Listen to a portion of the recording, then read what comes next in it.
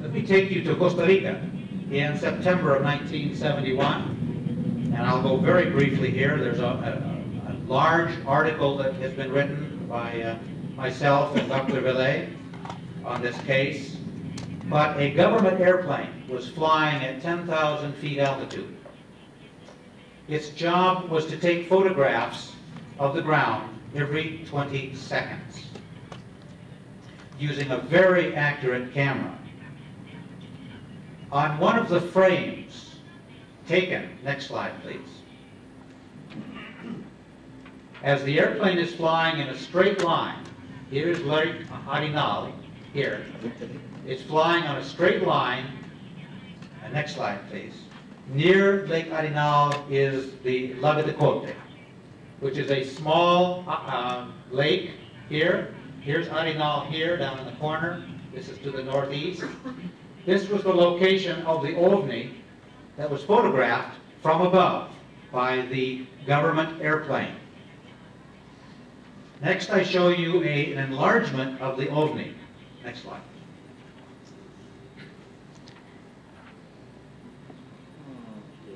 This is a very large, symmetrical, oval object, approximately 200 feet across, we think. But and we received the original negative from the Costa Rican government, which was 9 by 9 inches in size. Very large, professional. And what the negative shows us, well, many things, but one thing is, this is not fake.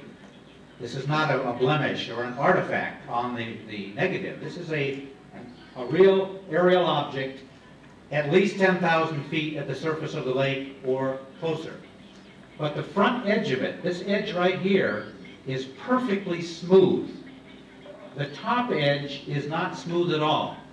There is a fractal-like pattern back here, but not here.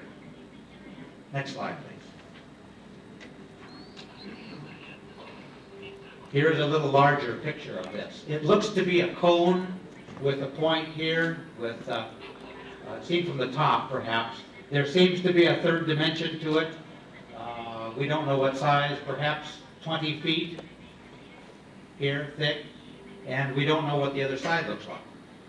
We're going to go through a number of slides, and I'm going to try to convince you that there is a wealth of good quality photographic evidence.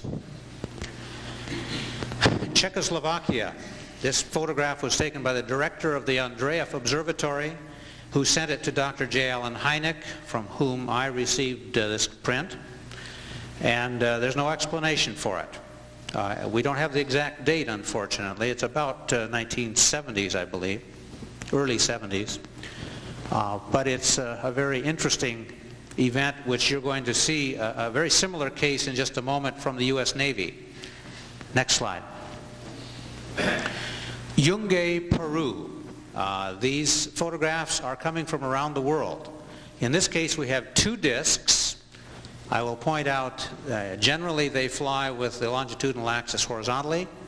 It's very unusual to get a photograph of one object, much less 2. In this case, there were 4 separate exposures taken. Next slide. This should be an enlargement of that previous. Sun angles are consistent. Shadows, reflections are consistent. Next slide. In general, we find oblate spheroids with an axis of symmetry. If you take a line and bisect the image in one direction, you can do a mirror image, and you'll find a left for right symmetry, for instance. Now, this next case is very interesting. It involves the SST Concorde on one of its very early flights, before it was put into commercial operation. And here it is flying over France. It was on a flight, next slide please, to investigate the solar corona, basically the magnetic field of the sun. And to do that, you need to be in a total eclipse situation. So they picked a day where the moon was right in front of the sun, and they positioned the airplane with a lot of equipment, scientists, and so forth, at that point, and they started snapping their pictures.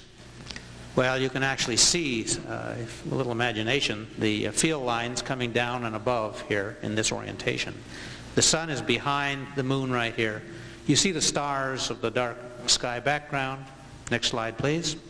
Well, there was a scientist on board by the name of Jean Begot. He was a French astrophysicist. And he was taking pictures of this whole affair. And this is one of his photographs he took through a special optical port. You see the Earth down below, it's dark. You see the sky glow at the horizon, the terminator there. And you see the dark sky above. You're over the Sahara Desert, flying east at a very high rate of speed, almost keeping up with the shadow. It extended the length of their observation. Well, Dr. Begot took the picture and continued to look out the picture, out the window, and he noticed this little spot of light in the sky. And so, thank you. Yes, right here. So he pointed this out to his colleagues, and they took, I believe, only one picture of it. Next slide, please. This is an enlargement of that little spot. And again, I'd like to point out this symmetrical nature. If you bisect the image this way, it's almost a left for right image. What you're going to see today are primarily reflecting phenomena. This happens to be an emitting phenomena. It seems to be giving off its own luminous energy, although we don't know what's underneath the plasma, perhaps. Well, anyway, the group of scientists on board the plane were a little worried because they knew the press was going to hear about it. They were going to be asked what it is. And so they got together and talked about what they should say, because they didn't know what it was. And so I'm paraphrasing a bit, but what they came to say was, this is possibly one of the Perseid meteor shower impacts. It was something coming in through the atmosphere and burning up, all right? Even though it was hovering there for quite some time. They failed to mention that.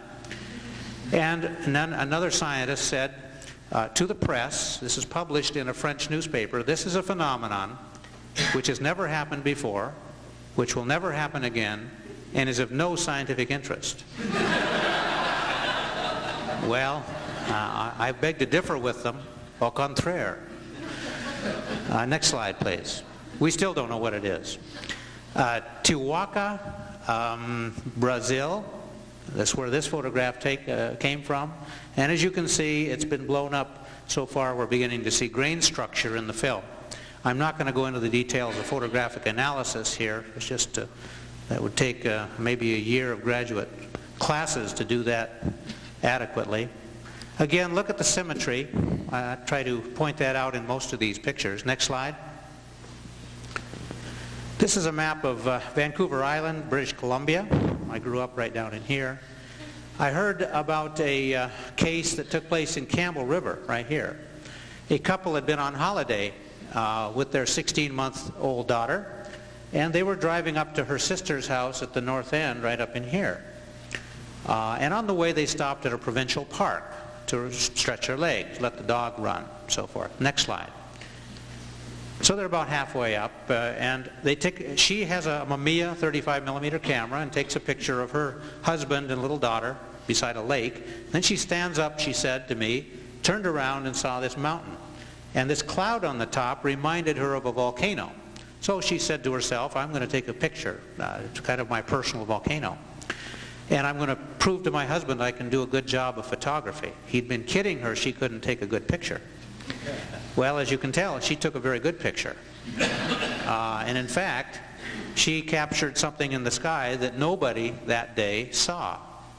It took 2 weeks for the prints to come back, and there it was on the print.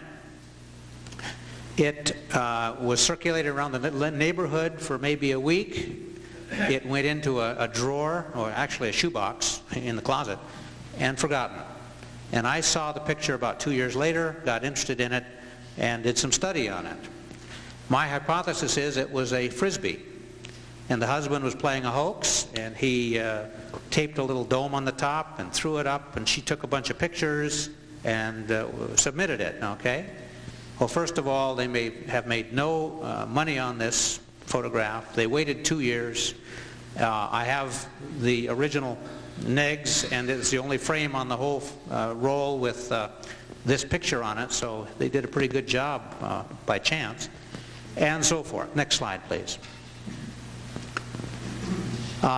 She said her narrative is that she's focusing on the tip of the mountain, and sure enough, that's where the mountain is, near the center of the frame. If I were going to do a hoax like this, I'd focus probably or aim it at the object itself, although that's inconclusive. That's maybe a very carefully contrived hoax. And so any photograph that you have for analysis is only as good as the photographer and their motives and training, the camera, the lens, the film, the processing, the story that surrounds it, on and on and on.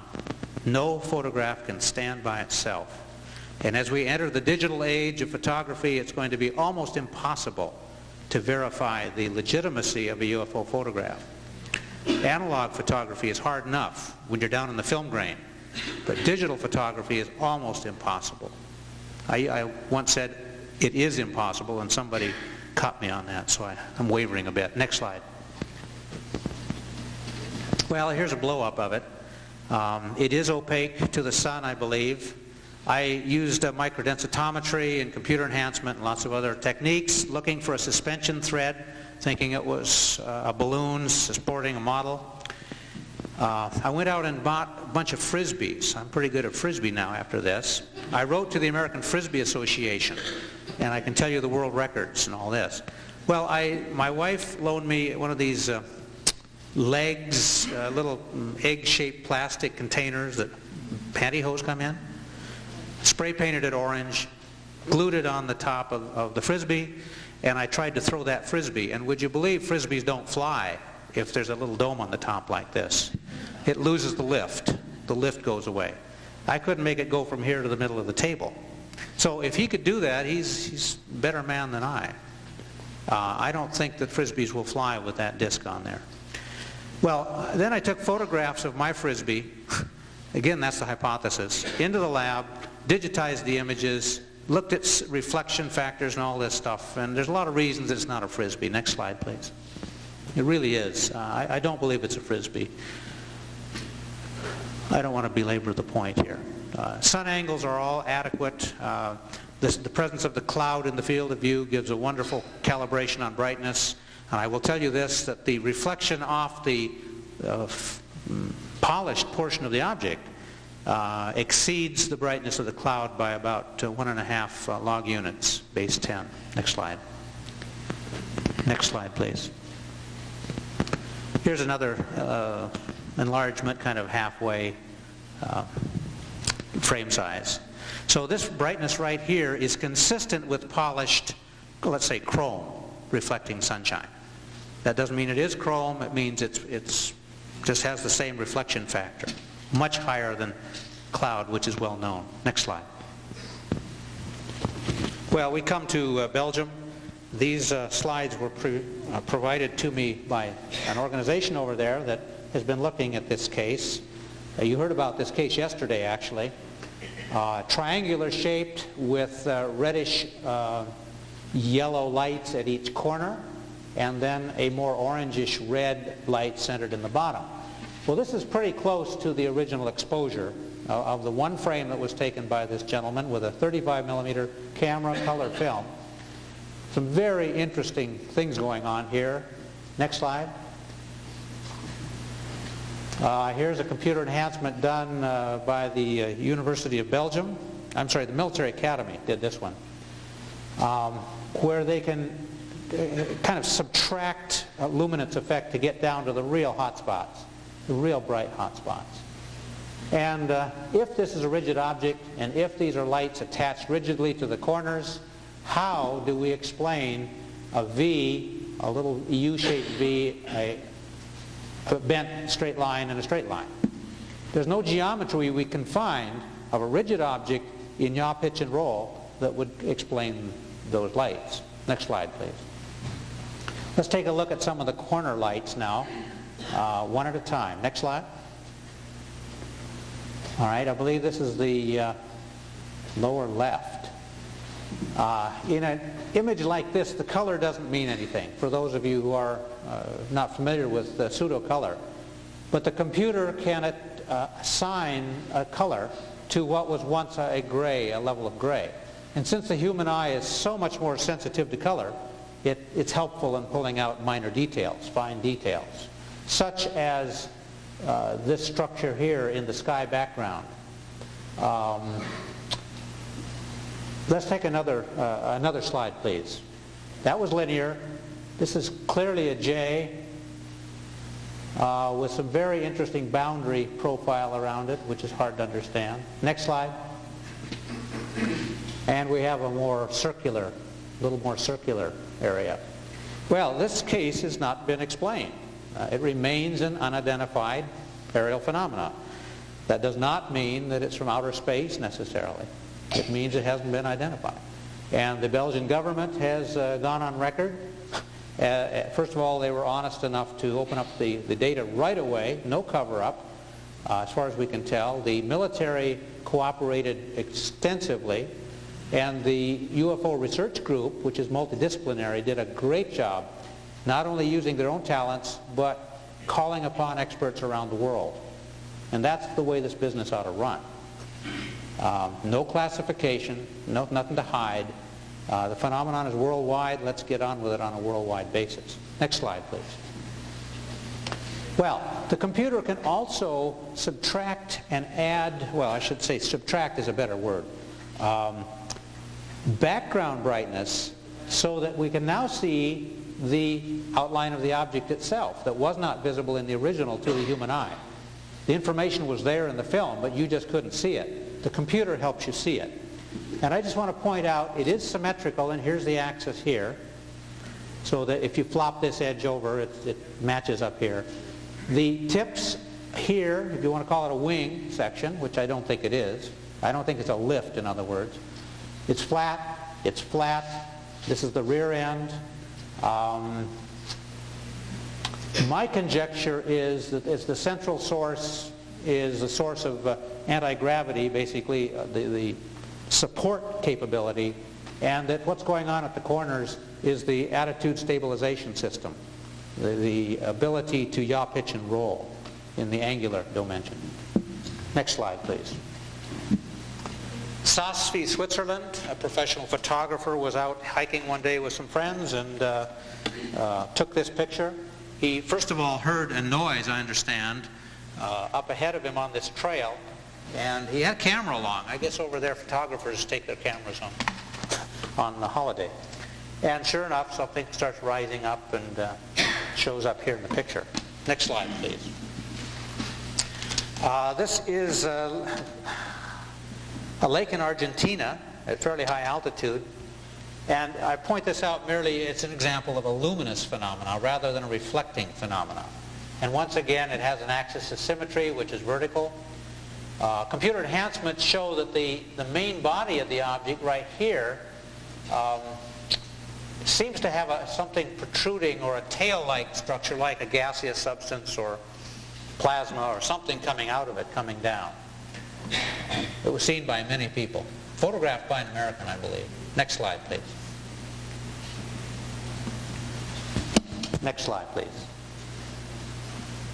This is upstate New York, famous Hudson Valley series of sightings some of you may be familiar with. Well, I don't know if thousands, but many hundreds of eyewitnesses over quite a period of time videotaped this, got stills, as you can see, and a lot of eyewitness capability.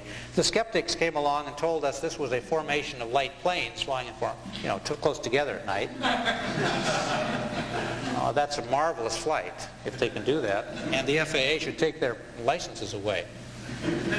I'm told that as the object flew along, it rotated slowly. And if airplanes can do that, that's remarkable. Multicolored points. As it flew over, it was rather large in size. People underneath it could not see the stars inside the circle, suggesting it was a solid body, and that these lights were along perhaps the perimeter.